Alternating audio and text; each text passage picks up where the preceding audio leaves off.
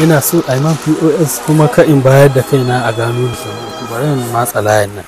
Salamu alaikum. Wa alaikum assalam. Abokina. Ya ake ya kasuwa ne. Wallahi da kwana biyu kana shigowa. Wallahi kai abubuwan ne sai a hankali kai ka sani. POS da Allah. Okay, POS.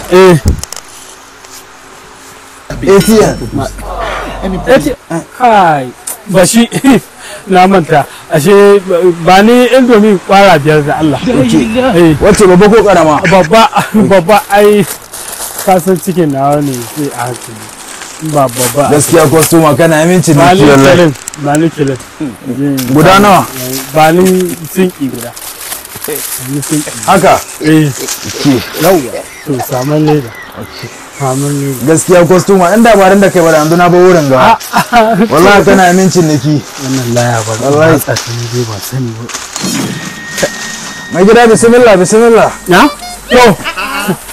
To. Mai gida baka ba da kuɗi ba. Na? Baka ba da kuɗi ba. Ba da kuɗi ba? Wallahi baka ba su ba. Di ba dai aljiwa. Ka dai sosai. Wallahi ko ni ban gani ba. Wallahi nan kila ba ƙara gani ba gani na zai. Laya kuma inna lillahi wa inna ilaihi raji'un. Wallahi ka samu ya ta cin.